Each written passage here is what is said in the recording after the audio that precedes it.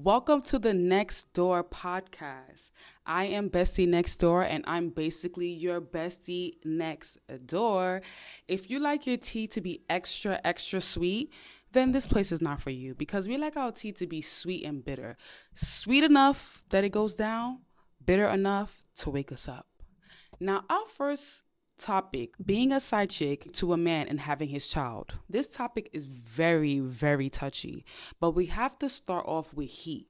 So because we're starting off with heat, I am drinking some American honey, which is so smooth with my glass. I've been drinking already, so I'm a little like, ugh. And we're going to top it off with some Red Bull.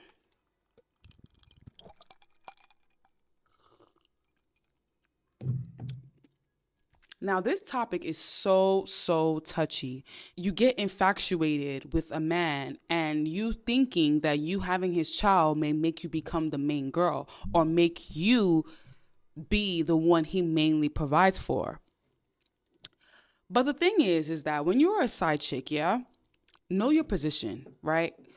At the end of the day, some people may condemn this type of relationship and say, oh, you're supporting side chicks and this and that. It's about the money. It's really not. It's about common sense. It's about being logical, right? Why would you willingly put yourself in a situation that you know is messy? This also ties into having a child with a broke man. You know the man was broke before having his child. You knew he wasn't providing nothing for you before. So what made you think that you having his child was going to make him provide something for you after? And then you have women calling men deadbeat. But it's like, you need to be honest with yourself. We need to start holding ourselves accountable. You knew that man wasn't going to be there for you because number one, you were either the side chick, and number two, you knew he didn't have anything. And you willingly had his child. And now you're calling him a deadbeat. The thing is that it's a very interesting topic because in Nigeria, in all over the world, Nigeria, America, all over the world, women like to use children to hold men down. Some women like to use a child as a way to get money. In America, child support, if the guy's wealthy. In Nigeria, you see a guy, he has money, he has his own place. You want to use him to get yourself a shop and open a business. Okay. But if you knew that guy wasn't really doing anything for you from the beginning, why would you want to have his child, right? I don't condone abortions, but if I know I'm in a sticky situation, I'm sorry, the only person that child is going to meet is Jesus. It's touchy to say, but it's the truth. Sometimes you need to understand something, and people that are against abortions, but you have to look at yourself and say, you know what? Why would I want to welcome in a whole human being into a situation that's toxic? You want to break the generational curses. You don't want to continue the generational curse. And by you being a side chick or having a child by a broke man is you continuing the generational curses because you knew that he was, number one, either broke, or number two, you knew he was a side chick and you knew he wasn't going to be there. So the only way that it's okay for you to say, you know what, I'm keeping this is if you know for a fact that you can chess being a single woman with a child by yourself. You can financially support the child and raise a child. However, that child is going to need a father in the home. Being a single mother with a child is hard. And that's why a lot of women are masculine because they're single. They have a kid by themselves. They have to raise the kid. They have to be the provider. Life was never meant to be that hard for women. And the funny thing about it is women like to say, oh, you're depending on men. You're a leech or you're this, you're that. Why would you open your legs for a man that you can't depend on? Think about it.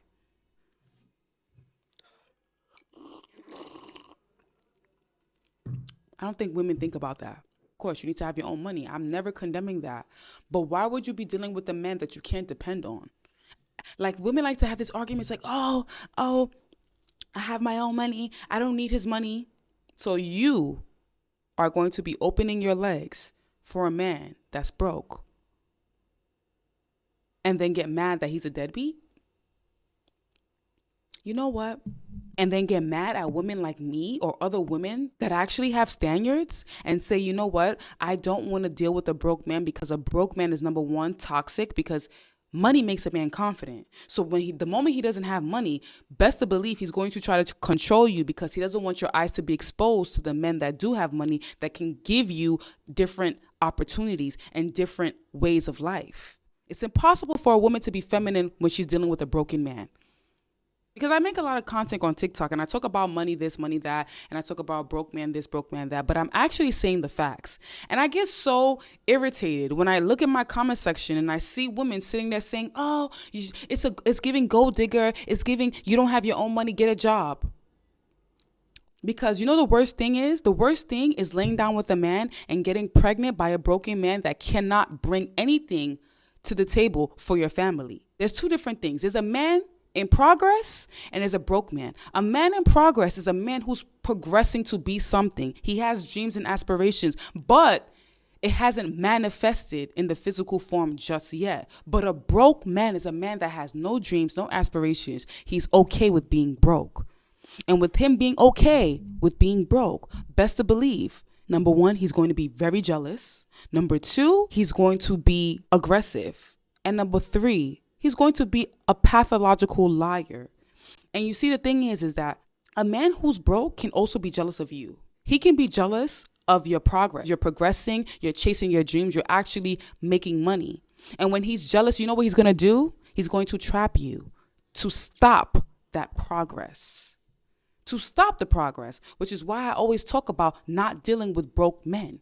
A man in progress and a broke man are two different things. Remember that. If you are attracting broke men, you need to do the inner work and you need to reinvent yourself, because there's no way that you are a high value woman or you are the dream girl of most men and you are attracting broke men. That means you need to do the inner work, which is why I always talk about enrolling in High Value Women 101. A lot of people, I think I'm flapping my gums, but High Value Women 101 will truly transform you and heal your wounded feminine, because most of the time, a lot of women take the old baggage from old relationships and bring it forward and think they're going to attract a better man. No, sweetie, you got to clean out that closet. Until you clean out that closet, you are not going to get what it is that you're looking for.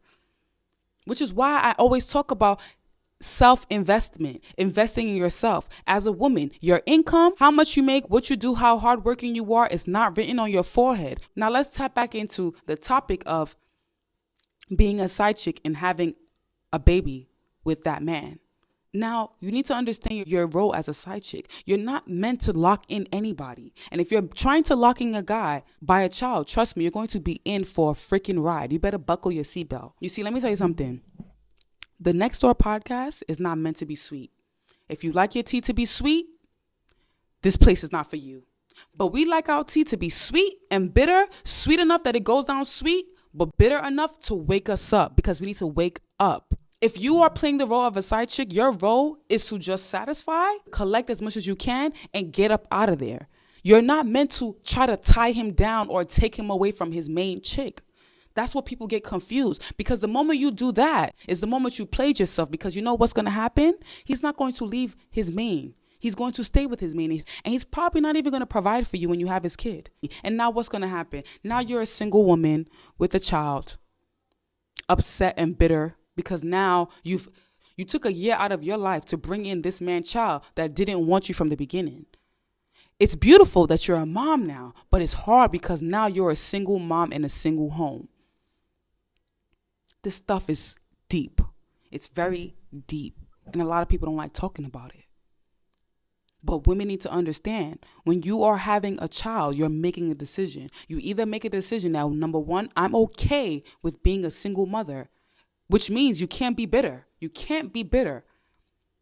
Number two, you know what? I respect myself enough and I respect my child to not bring my child in a situation where my child is not going to have a father in the home. Because a child being raised without a father is different. You need a father in the home, no matter what. However, some women are strong enough to be able to play both roles. But no matter what, you can't play both roles because you don't have ball sacks. This is deep. This is deep. You see, the thing is, As a woman, you should never use a child to hold on a man or use a child as a way for you to make money. It would slap you in the face. If that man didn't want you before the child and he wasn't providing before the child, what makes you think after the child he's going to want you or provide more for you? This is why I keep stressing enroll in High Value Women 101. It will transform you. It will make you think different. It will make you make rational decisions. You won't make those careless decisions. A lot of things can be avoided. It's like you walking into a hole that you know is there. Why would you walk in there and break your leg and get mad that your leg is broken? You knew the hole was there, right?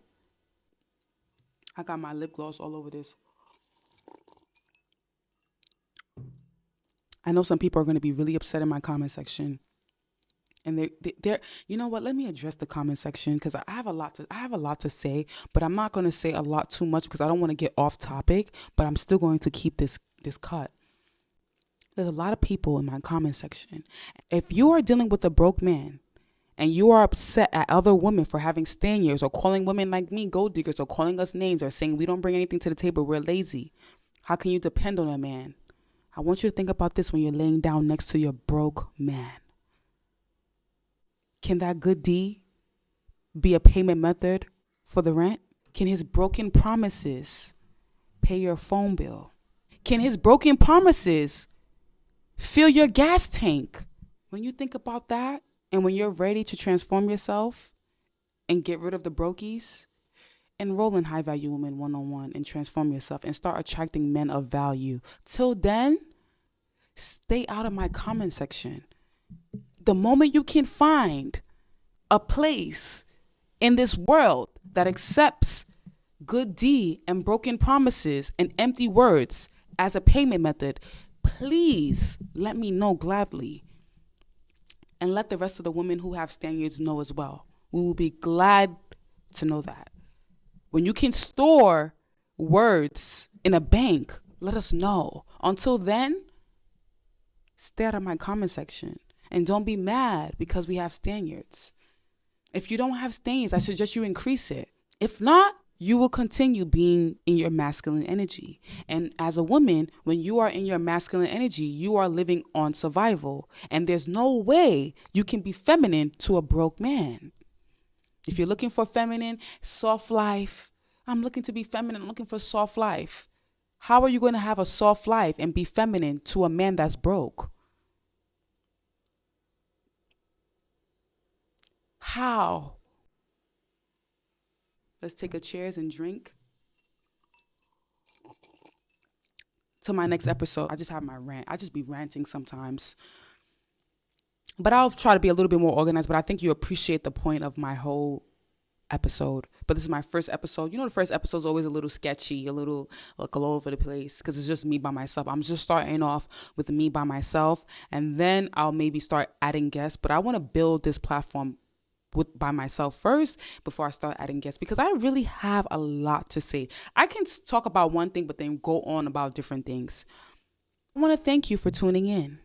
Until next time, The Next Door. Remember, if you like your tea to be extra sweet, this is not the place for you. We like our tea to be sweet, to go down smooth, bitter enough to wake us up.